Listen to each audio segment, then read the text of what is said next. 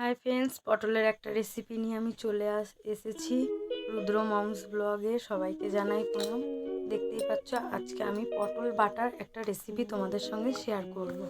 এখানে নিয়ে নিয়েছি অনেকগুলো পটল, দেখতে পাচ্ছ পাকা পাকা পটল। এবার আমি পটলগুলোকে কেটে ধুয়ে নিয়েছি, দেখতে পাচ্ছ আমি এইভাবে কেটে নিয়েছি। তোমরা আমার মতনই করে নেবে। গরম ভাতে এই রেসিপিটা খেতে দুর্দান্ত লাগে, একবার খেলে মনে হবে বারবার খাই। যারা পটল খেতে পছন্দ করে না তাদেরকেও দিয়ে দেখবেন, তারাও খেয়ে উঠে যাবে। এরপর আমি কড়াইতে গরম জল দিয়ে দিলাম, ঠান্ডা জলটাকে গরম করতে। এবার আমি একটা একটা করে সব পটলগুলো কড়াইয়ের মধ্যে ছেড়ে দেবো। দেখতে পাচ্ছ পটলগুলো আমি ছেড়ে দিচ্ছি। আমি যেইভাবে করছি বন্ধুরা, তোমরা আমার মতন স্টেপ বাই স্টেপ তোমরা ফলো করবে, আমার মতন সেম টু সেম করবে, দেখবে খুব দুর্দান্ত খেতে হয়। যারা পটল খেতে পছন্দ করে না তারাও খাবে। এই যে আমি পটলটা জলে দেওয়ার পরে সামান্য একটু নুন দিয়ে দিলাম। এবারে আমি এটা 15 থেকে 20 মিনিট সেদ্ধ হতে দেবো। এবার আমি এটা ঢাকা দিয়ে সেদ্ধ হতে দিচ্ছি। এবার আমি চলে যাব কি পদ্ধতিতে। এখানে দেখতে পাচ্ছ আমি 2টো কাঁচা লঙ্কা নিয়েছি, যে যতটা যেরকম পরিমাণে ঝাল খাবে সে ততটাই লঙ্কা নেবে।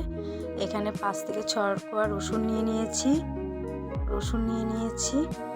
এবারে আমি এখানে মেন কাজ যেটা হলো কালো জিরে, আমি 2 চামচ কালো জিরে এখানে নিয়ে নেব। দেখতে পাচ্ছ বন্ধুরা, এই রেসিপিটা করে একবার খেয়ে দেখবে, দুর্দান্ত লাগে। দেখতে পাচ্ছ আমি 20 মিনিট পর চলে এসেছি, আমার পটলগুলো সেদ্ধ হয়ে গেছে। এবার আমি পটলগুলো সব আস্তে আস্তে নামিয়ে নেব।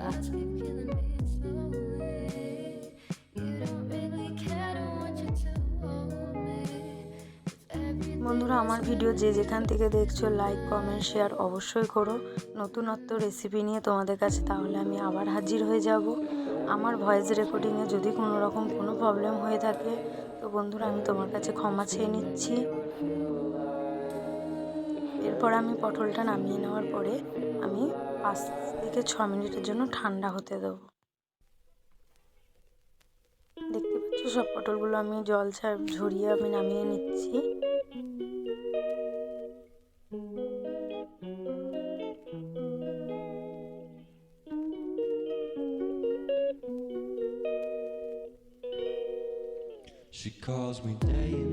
এবার আমি 5 থেকে 6 মিনিট এটা ঠান্ডা করতে দিয়েছিলাম।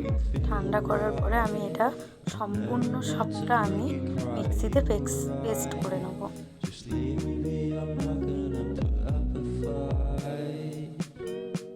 দেখতেই পাচ্ছ আমি সম্পূর্ণটা মিক্সিতে পেস্ট করে নিচ্ছি, একটা স্মুথ পেস্ট আমি করে নেব।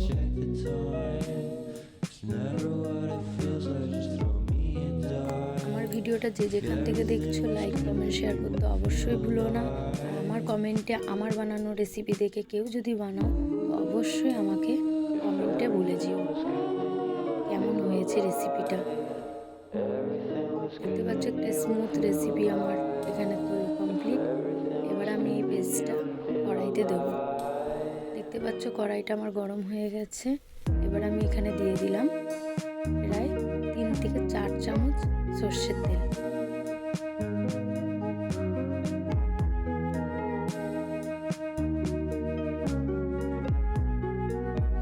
আমার সর্ষের তেলটা গরম হয়ে গেছে প্রায়। এবার আমি দিয়ে দিলাম একটা শুকনো লঙ্কা চিড়ে, একটা তেজপাতা। আর এটা আমার হালকা ভাজা ভাজা হবে। আমি যেভাবে বন্ধুরা রেসিপিটা বানাচ্ছি তোমরাও বানিয়ে দেখো, দুর্দান্ত খেতে লাগবে। গরম ভাতে তোমরা এটা দিয়ে খেয়ে উঠে যাবে, এত সুন্দর লাগে খেতে। এরপর আমি সব পেস্টটা দিয়ে দিলাম কড়াইতে। এখানে আমি বন্ধুরা কোনো রকম কোনো জল অ্যাড করব না। আমি এর মধ্যে আমি ততক্ষণ নাড়াচাড়া করব যতক্ষণ কড়াই থেকে না এটা ছেড়ে যাচ্ছে। এবারে দেখো বন্ধুরা আমি এর মধ্যে কি অ্যাড করি। আমি এখানে দিয়ে দিচ্ছি দিচ্ছি সামান্য পরিমাণ 1 চামচ, ছোটো চামচে 1 চামচ হলুদ,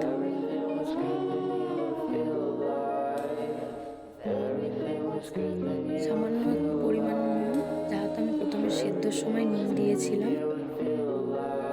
তোমরা নুনটা আগে চেখে নেবে, তারপরে নুনটা দেবে।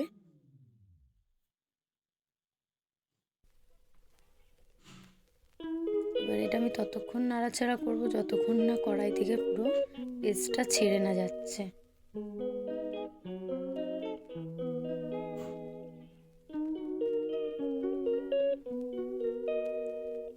তো ফ্রেন্ড, আমার ভিডিও যদি কারো ভালো লাগে লাইক কমেন্ট শেয়ার অবশ্যই করো।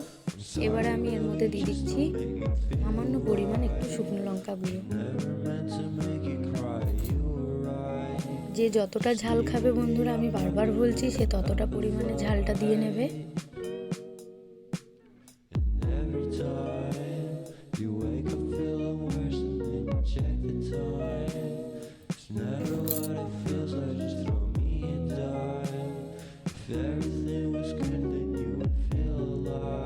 দেখতেই পাচ্ছ বন্ধুরা, দেখতে কতটা সুন্দর লোভনীয় লাগছে।